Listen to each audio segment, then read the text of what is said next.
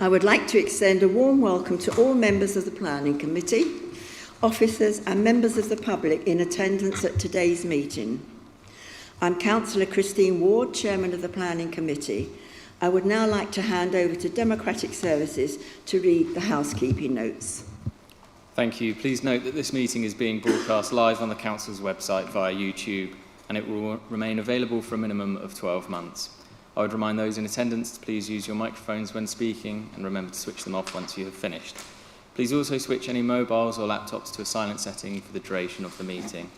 If the fire alarms ring, please can everyone leave the room immediately and use the nearest fire exit, but do not use the lift. Please go to the fire assembly point, which is located at the bottom of the car park by the garages. Thank you.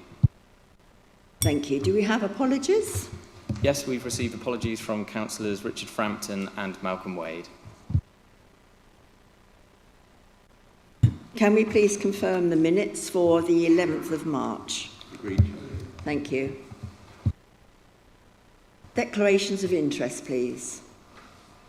Councillor Davies. I need to declare an interest as application 25-10726 is in my ward. I haven't been involved with the Town Council Planning Committee on that one. Are there any more?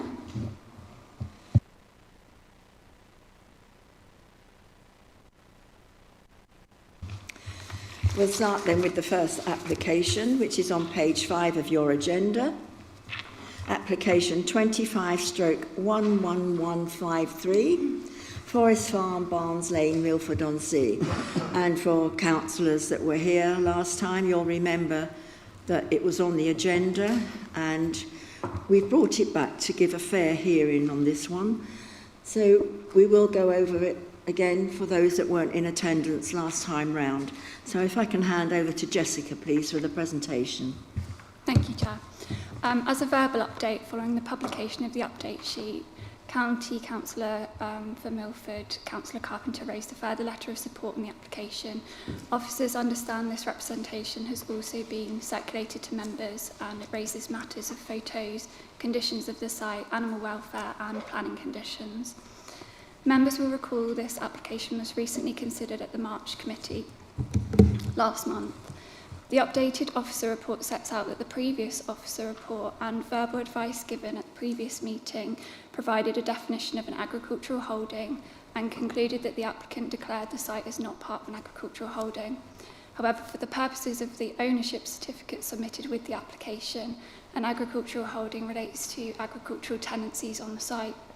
There are no agricultural tenancies on the site and the application form was therefore completed correctly.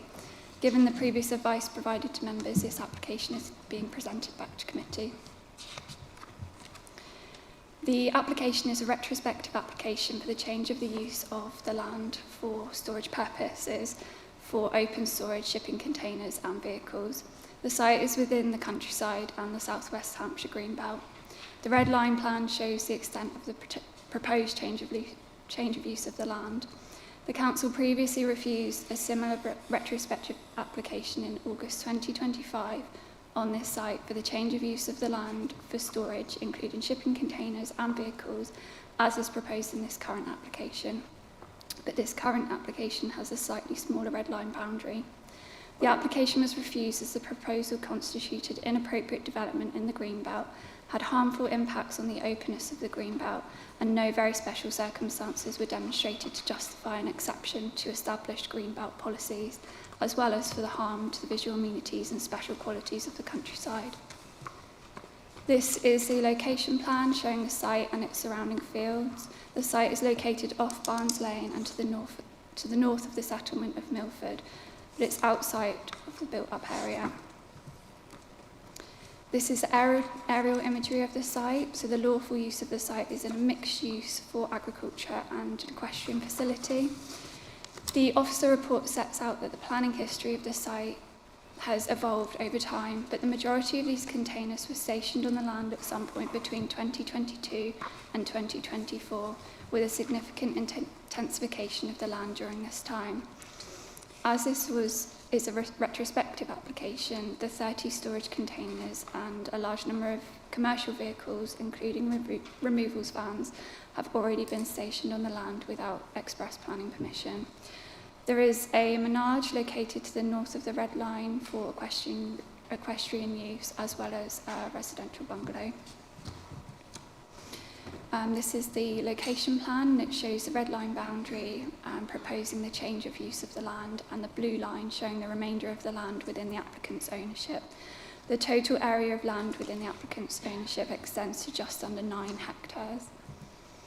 This is the block plan, which shows the proposal, including areas of open storage to the east and the 30 unauthorised containers to the west.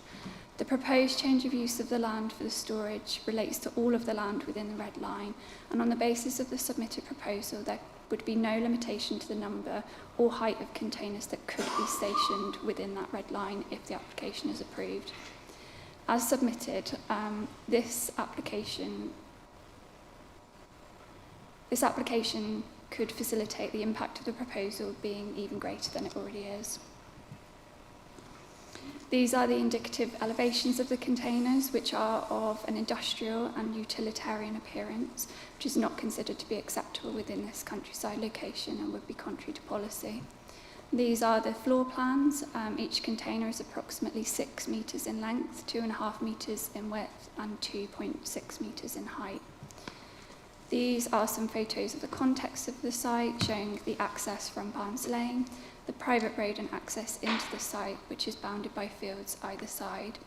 And all these photos are taken from within. The red line boundary. These photos show the wider site and the extent of the equestrian grazing on the fields. During site visits, there was no evidence of agriculture at the site, with the activities on the fields being equestrian and horticulture. These photos were taken from within the red line boundary and show the areas of open storage and containers within the site. This slide shows the land within the red line with removal company vehicles stored on the site, in addition to the area to the east, which is also in use for storage of vehicles. These slides show the rows of containers, and this is the longest row, which extends to 54 metres in length.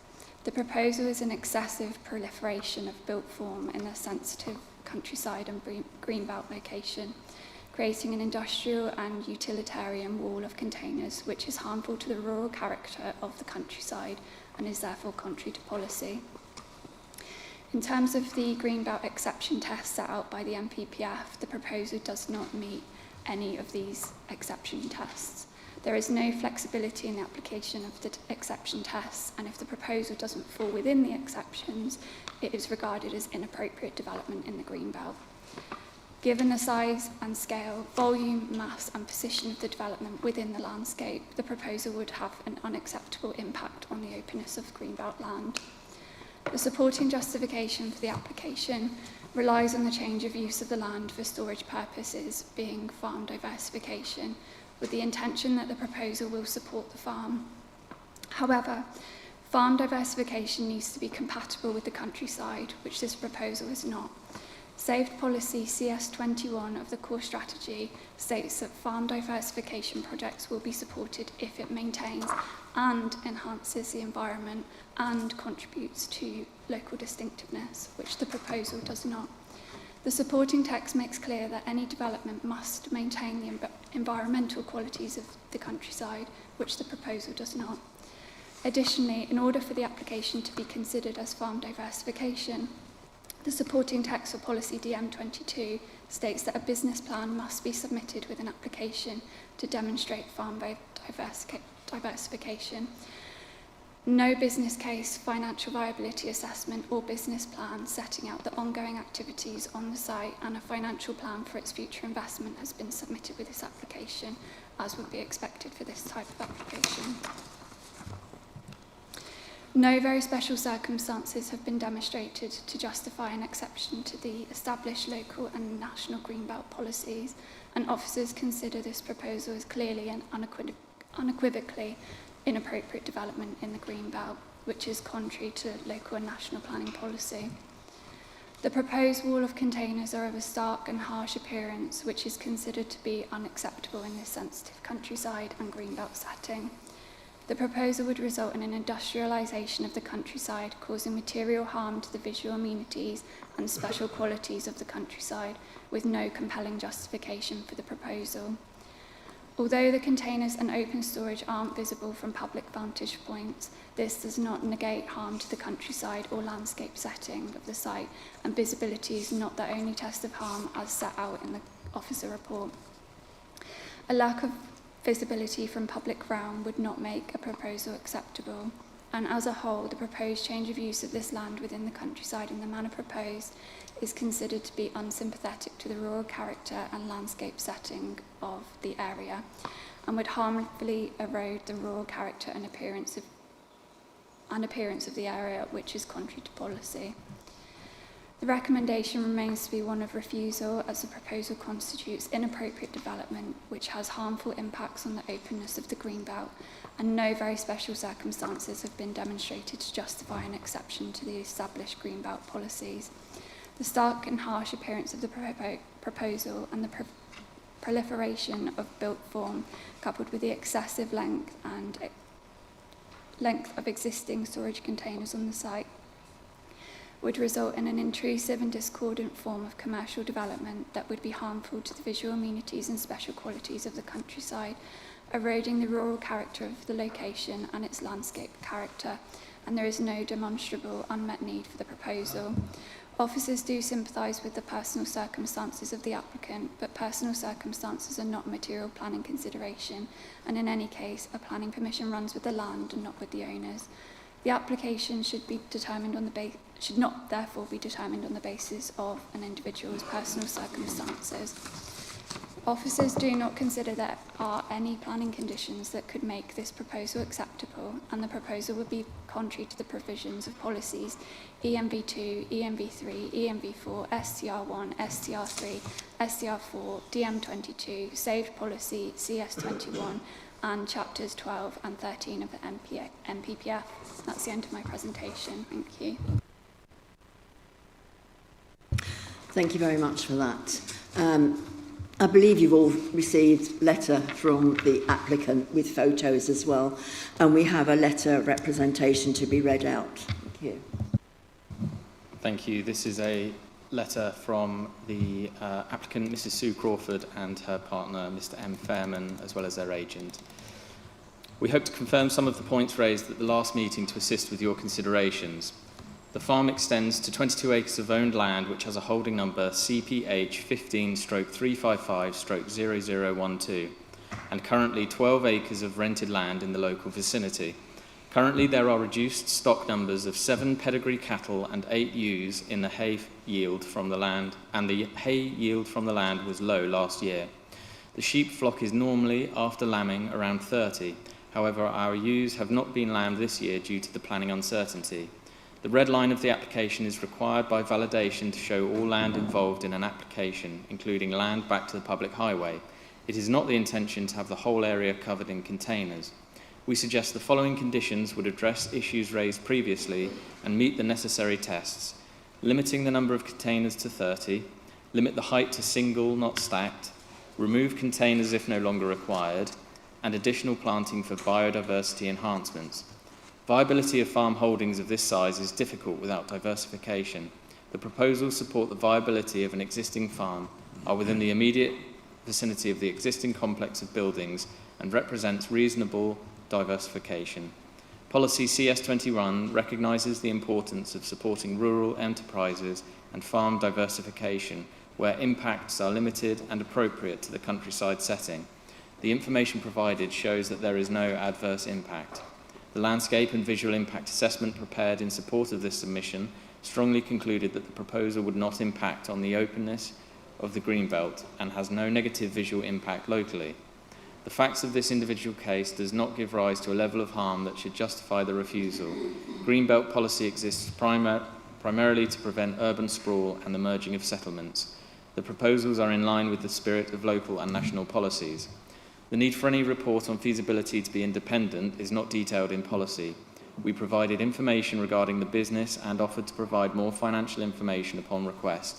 The business plan for the farm adapts with demand and needs of the farm business and has been largely organic since the applicant took over the farm to meet the demands. The farming element turns over approximately £20,000, including all rents, and breaks even just, but that is without paying anything back to the owners for work done on the holding. Mr. Fairman also pays all insurance and tractor and maintenance costs, materials, etc. separately. The storage enterprise is an essential part in keeping the farm viable. Diversification of this existing rural holding can be supported. There have been no objections raised from any consultee or neighbours. In fact, both have offered support. The proposal seeks to retain the facilities that are on the site and to keep the holding as a viable unit, not to expand beyond what is there. We're grateful to the committee for considering the application again and send apologies that we cannot be in attendance. Thank you. Thank you. That was well timed. Councillors, questions please to officers. Councillor Sleep. Thank you, Chair. To the officer, a couple of things that I wanted to clear up initially. One of them is, are we now holding this part of the property as part of the agricultural holding? Because I recall that there was some date that a box got ticked incorrectly and it was diversified as not part of the holding. It is now part of the holding, isn't it? Recognised. Yeah, so I think it was always part of the holding. The ownership certificate, they ticked that it's not part of a holding, but for the purposes of the ownership certificate, that an agricultural holding means agricultural tenancy. It's quite confusing.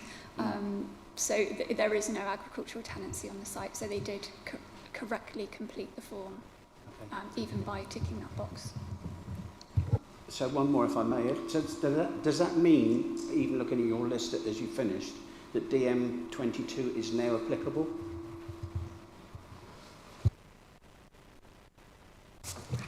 It was always applicable to the land anyway, but it doesn't meet, it's still contrary to that policy. Chairman, I don't think I've anything really to add to what the case officer has said. The report is quite clear in terms of correcting the advice we gave you previously. Looking at page 6 of the report sets out the issue about the tenancy and the certificate and the fact that that's now correct. In terms of the policy and your development plan policies, the case officer has taken you to CS21 and DM22. Both are applicable, both are engaged.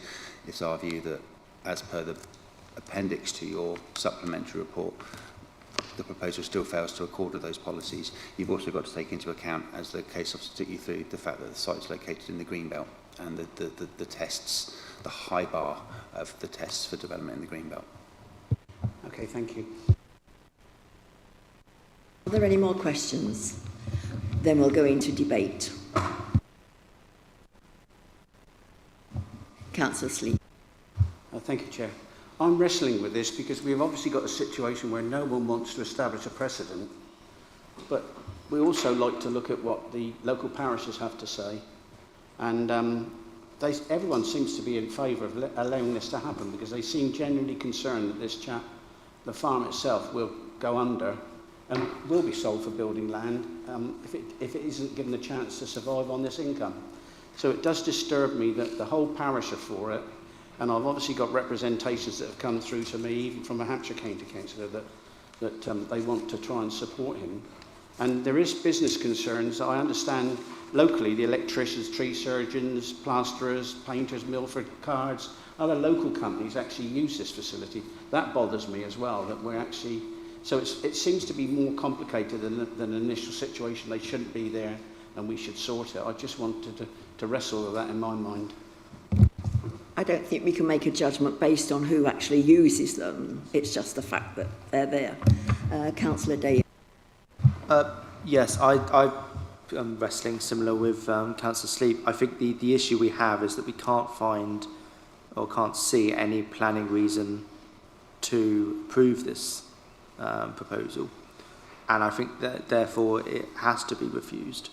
And that's it's not something I think any of us see much sense in, but we are bound by planning laws and planning regulations, and they're very strict, especially when it comes to the green belt. So I do think in this instance we do have to refuse. But it's not something that I think makes much sense to me. But I think it's the situation that we have to be in. Does anybody else have anything? Okay, Councillor Wood and then Councillor Riley. My feelings are also the same on this one, that it contravenes so many planning rules. Are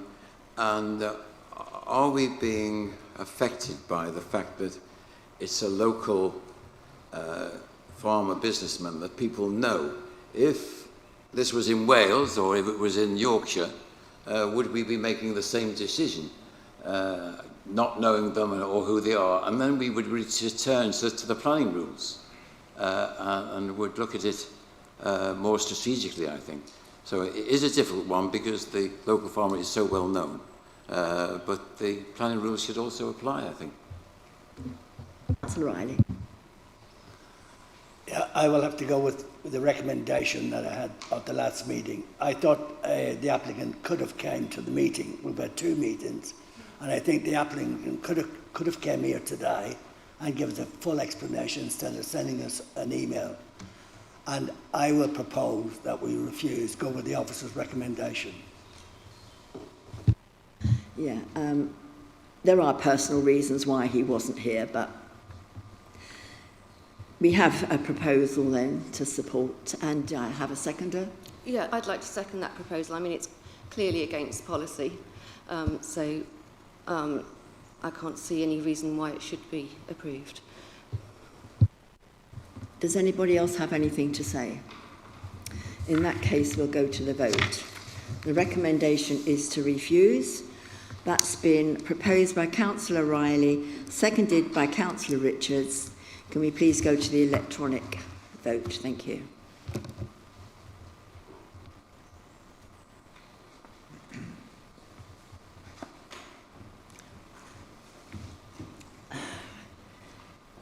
There's 3 not voting. 6, 7. Right. Okay, in that case we'll have to raise hands. Sorry. We need to raise hands for those who accept the recommendation to refuse.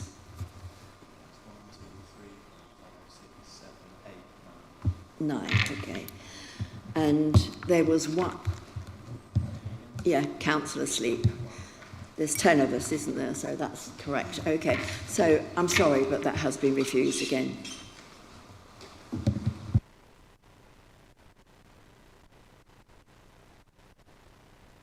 Page 25 of the agenda. This is the council depot in Christchurch Road, Ringwood. Application 27/04/ giving you the date, 26/10209. We do have Mr. Alan Bethune representing the council that will speak on this. And we'll go straight to the application. If you can present it. We've got Sophie tagged down, but Ian's going to be presenting it. Thank you. Thank you. Good morning. I have one additional update to report. We have received a further representation from Ringwood Town Council. Their comment states as follows.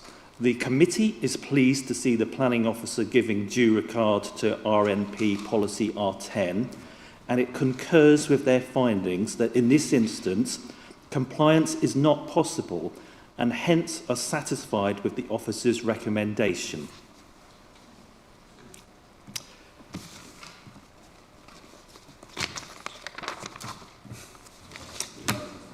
Sorry, it's jammed again.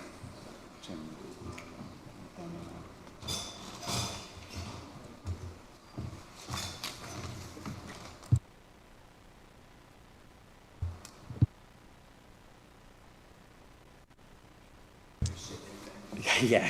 So the application before you has been submitted by New Forest District Council and is a proposal for new modular linked porter cabins to provide office and welfare accommodation at the council's depot at Christchurch Road in Ringwood.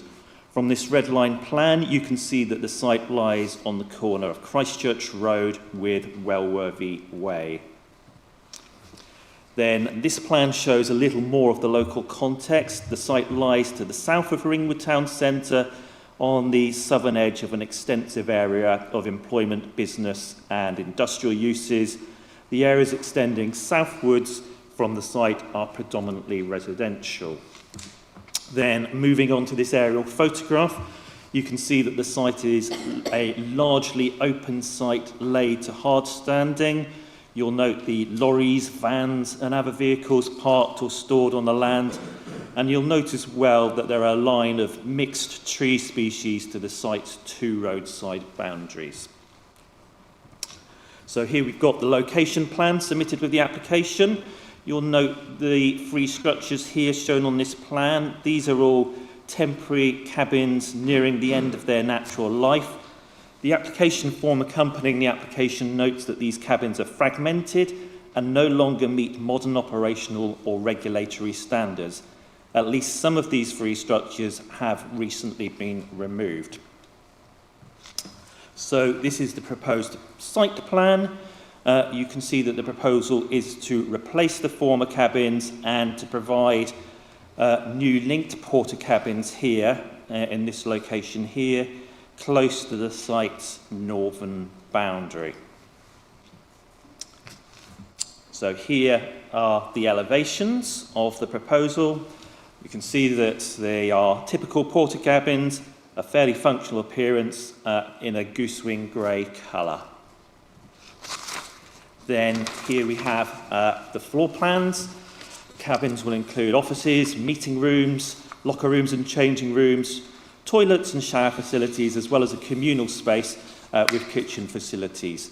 The application form advises that the upgraded facilities will provide adequate toilet, washroom, drying and changing capacity for the projected workforce, addressing current shortfalls and ensuring full compliance with workplace regulations. The form adds that this will support a more inclusive, accessible and equitable environment for all staff. Then this next plan shows the foundations of the porter cabins, and then moving on to some photographs. These will provide a little more context. These photographs are all within the site, looking towards the northern boundary. You can see here that the site has already been cleared. Foundation pads have been laid in readiness for the siting of the proposed porter cabins, and you can notice the trees along the site's northern boundary there. And then these photographs are taken from outside of the site. The left and central photos taken from Wellworthy Way. The picture on the right here is taken from Christchurch Road. As you can see, there are glimpses into the site, but officers are satisfied that the proposed porter cabins, being single-storey, flat-roof structures, will not be intrusive or harmful to the street scene. So, to sum up, officers have carefully assessed the development. As set out in the committee report, officers are satisfied that the proposed development would be contextually appropriate, could be implemented without adversely affecting trees on the site's boundaries, highway safety, or the amenities of nearby properties. As noted in the committee report, the proposal does not comply with policy R10 of the Ringwood Neighbourhood Plan. However, in view of the site-specific and particular issues relating to this proposal, it is considered that a proportionate approach to meeting zero carbon policy objectives can reasonably be accepted in this instance. As such, the recommendation is to grant planning permission subject to conditions. Thank you. Thank you very much. Alan, are you speaking? You're not? Okay, fine. In that case, we'll go straight to questions, please. Councillor Wood. For my planning committee education, can you explain to me the policy R10? What is the passive house or equivalent standards should be applied?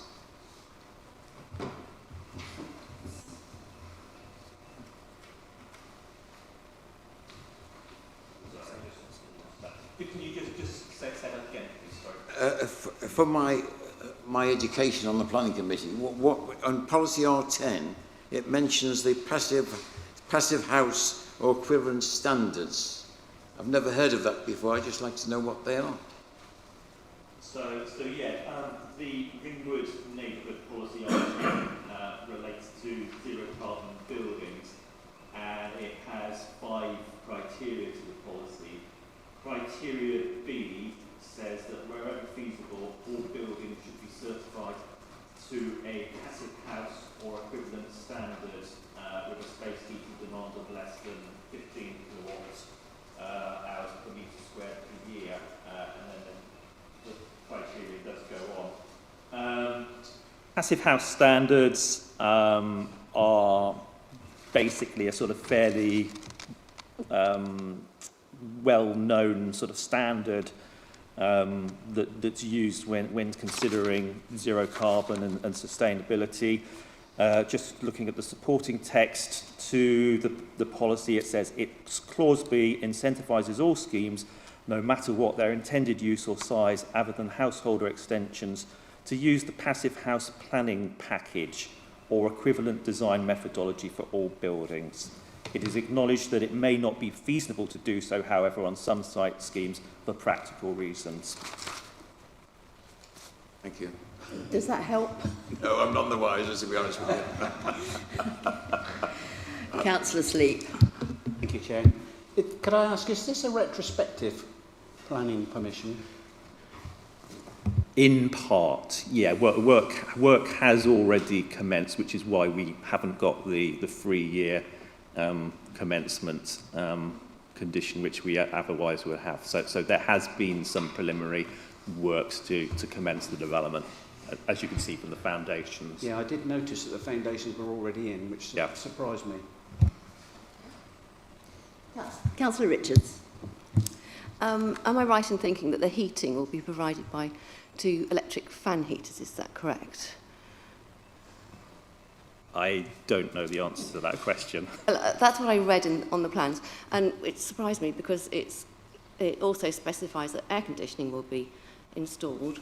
So I was wondering why the air conditioning wasn't also being used to supply heating, which would obviously bring it closer to policy R10. If you use air conditioning to provide heating, it's called an air-to-air heat pump. It's basically the same thing, but it provides heating and cooling, and your heating will only use 1/4 of the electricity that an electric fan heater would use. So I just think that would be a sensible thing to investigate. Yeah, I think all I can do is to reiterate what the application form says, which says the new accommodation incorporates a suite of sustainability measures, including high-efficiency LED lighting, a photovoltaic PV array, and wastewater heat recovery systems for showers. These features will significantly improve the building's energy performance and reduce operational carbon compared with the existing arrangements. Okay. Are there any more questions? In which case we'll go into debate. Councillor Day. I mean, I think it's a bit presumptuous to start, but I think I'm happy to approve. I think it's perfectly in keeping with the environment in which it's in, so I'm happy to oppose approval. Councillor Dowd. There are lots about this that really surprised me. There is an opportunity to comply with R10. There are modular buildings that are visually much more acceptable than porter cabins. I think the materials and the buildings you choose also reflect how you view your workforce. This is an opportunity for the council to have upgraded the facilities, improved the look on the site, become much more sustainable. I don't think it's proportionate in its compliance with or lack of compliance with R10. I think it's a missed opportunity. I think it's lacklustre and utilitarian, and it's quite pointed, I think, that it comes in after our last application, where I think, you know, we have one standard for one area and another standard for another. So I think this is a missed opportunity to improve the environment. Thank you.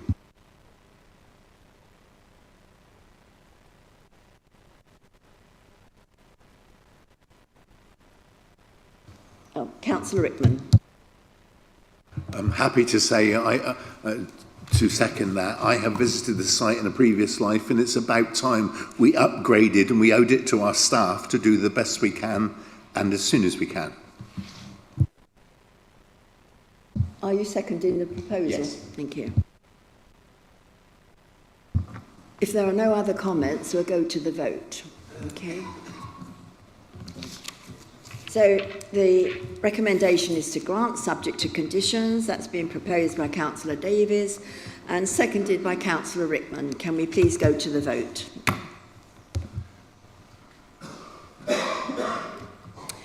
That has been granted, 9 and 1 against. Okay, thank you.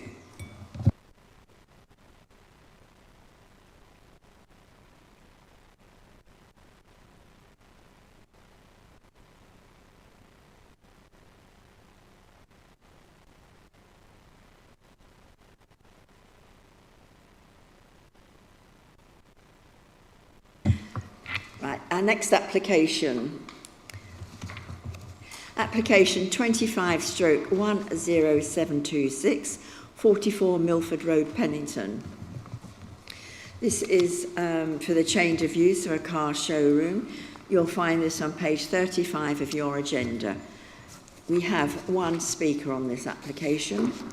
So I'll go over to Robert. Please, can you do the presentation? Thank you. Thank you, Chair. I'm presenting this morning on behalf of my colleague Graham Felstead, who can't be with us today. So starting off, the red line plan shows that the application site is part of a larger building, you can see there. And its location is on Milford Road in Pennington, which you can see in the centre of the location plan there, and also within the aerial photograph, which usually shows the context is a small industrial area adjacent to the shops on Pennington Road, slightly to the east. Milford Road, sorry. So this is the site location plan, and you can see the application site is within the centre of the site, within the largest building there. So there is commercial uses to the front, side and rear of the application site. It'll also be useful to point out at this point as well that the within the blue line you can see there in the top left-hand corner by the trees is a courtyard which is proposed to be used for parking for this application. So, and that shows this plan shows the parking arrangement in more detail.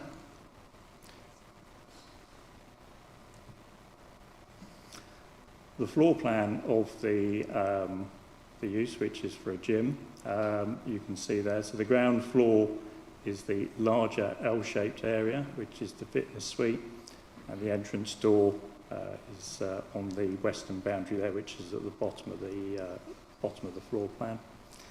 Up the stairs as well to the gym office, and there's also lavatory facilities and a kitchenette on the first floor as well, which you can see on the smaller portion in the top right-hand corner.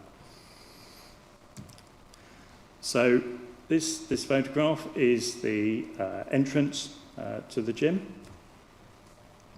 You can see the office window on the top there, and then the ground floor windows serving the gym facility. So the main site, this is a photograph to the rear of the gym, which I mentioned earlier. It's a mixed commercial area. There's an MOT station and a number of other businesses occupy the buildings in the area. And this is looking into that area from the proposed entrance into the gym for both pedestrians and customer parking. This is the parking area to the front of the front elevation of the gym I showed you just now. You can see that it's gravel parking, which is an issue that's addressed within the officers' committee report. And you can also see as well the proximity of the adjacent residential dwelling.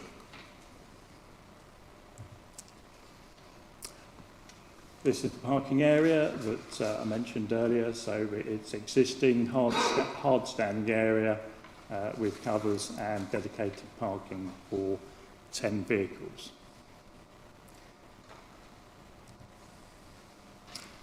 Photograph of the inside of the gym, ground floor.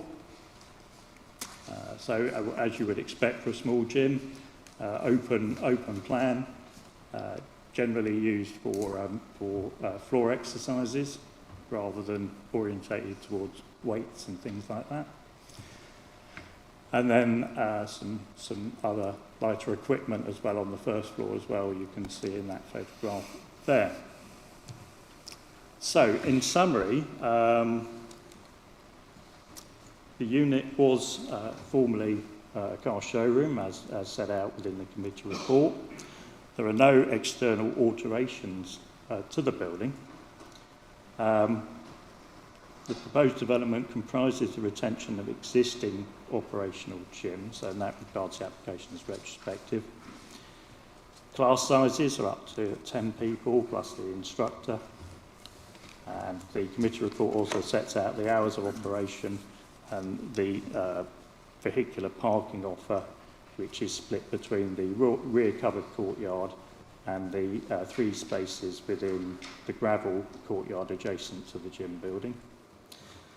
And in light of that, the recommendation from officers is that delegated authority be given to the service manager, the development management, to grant permission subject to the prior completion of an agreement pursuant to section 106 to secure suitable off-site vehicular parking for gym patrons and the imposition of the conditions as set out within the Officer Committee report.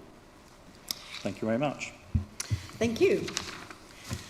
We have one speaker, Verity Wigley, on behalf of the applicant. You have 3 minutes to speak. Thank you.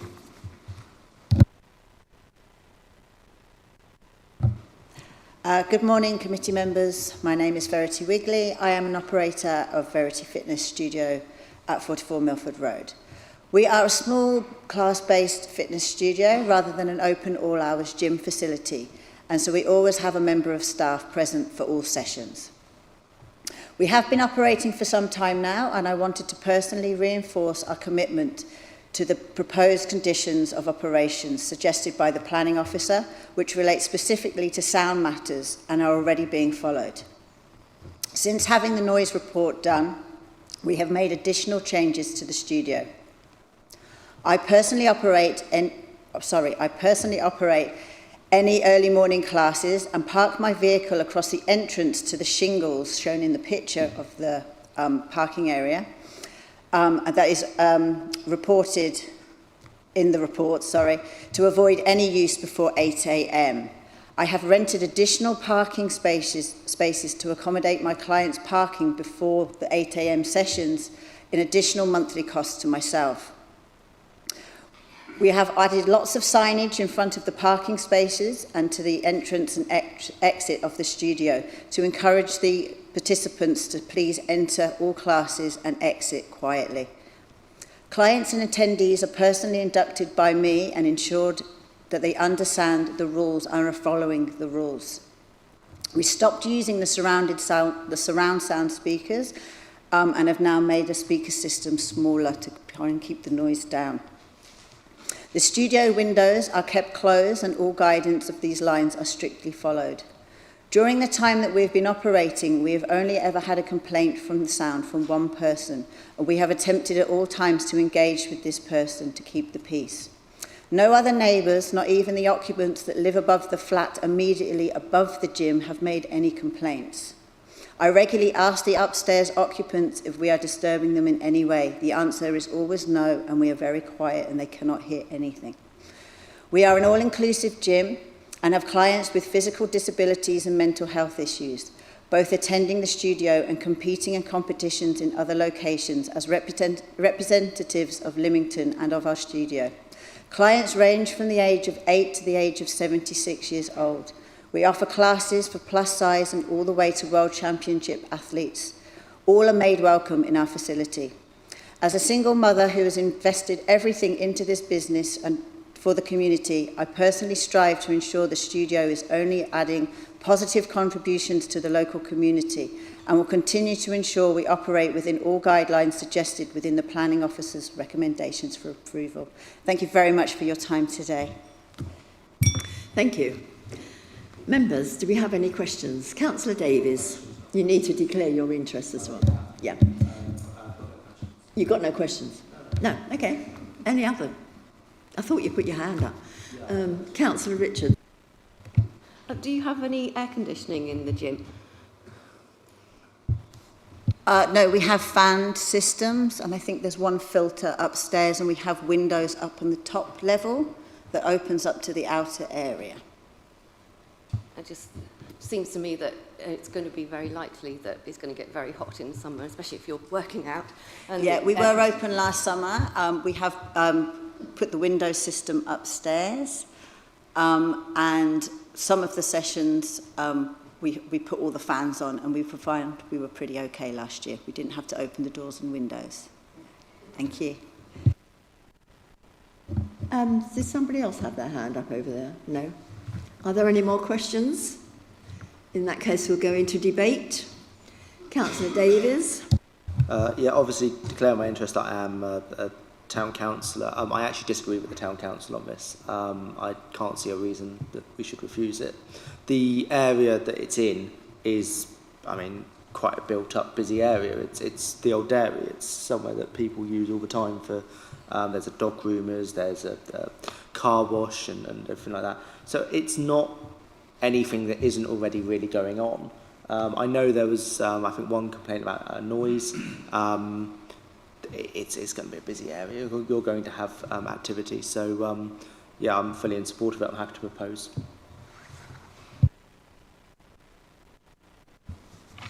Does anybody else have anything to say? In which case, I'll come to Councillor Rickman. Okay, I'm very happy to second that. I think it's the right thing in the right place, and we should really promote it. Well done. If there's nobody with any more questions or comments, I'll come back to the applicant. You have 1 minute to respond.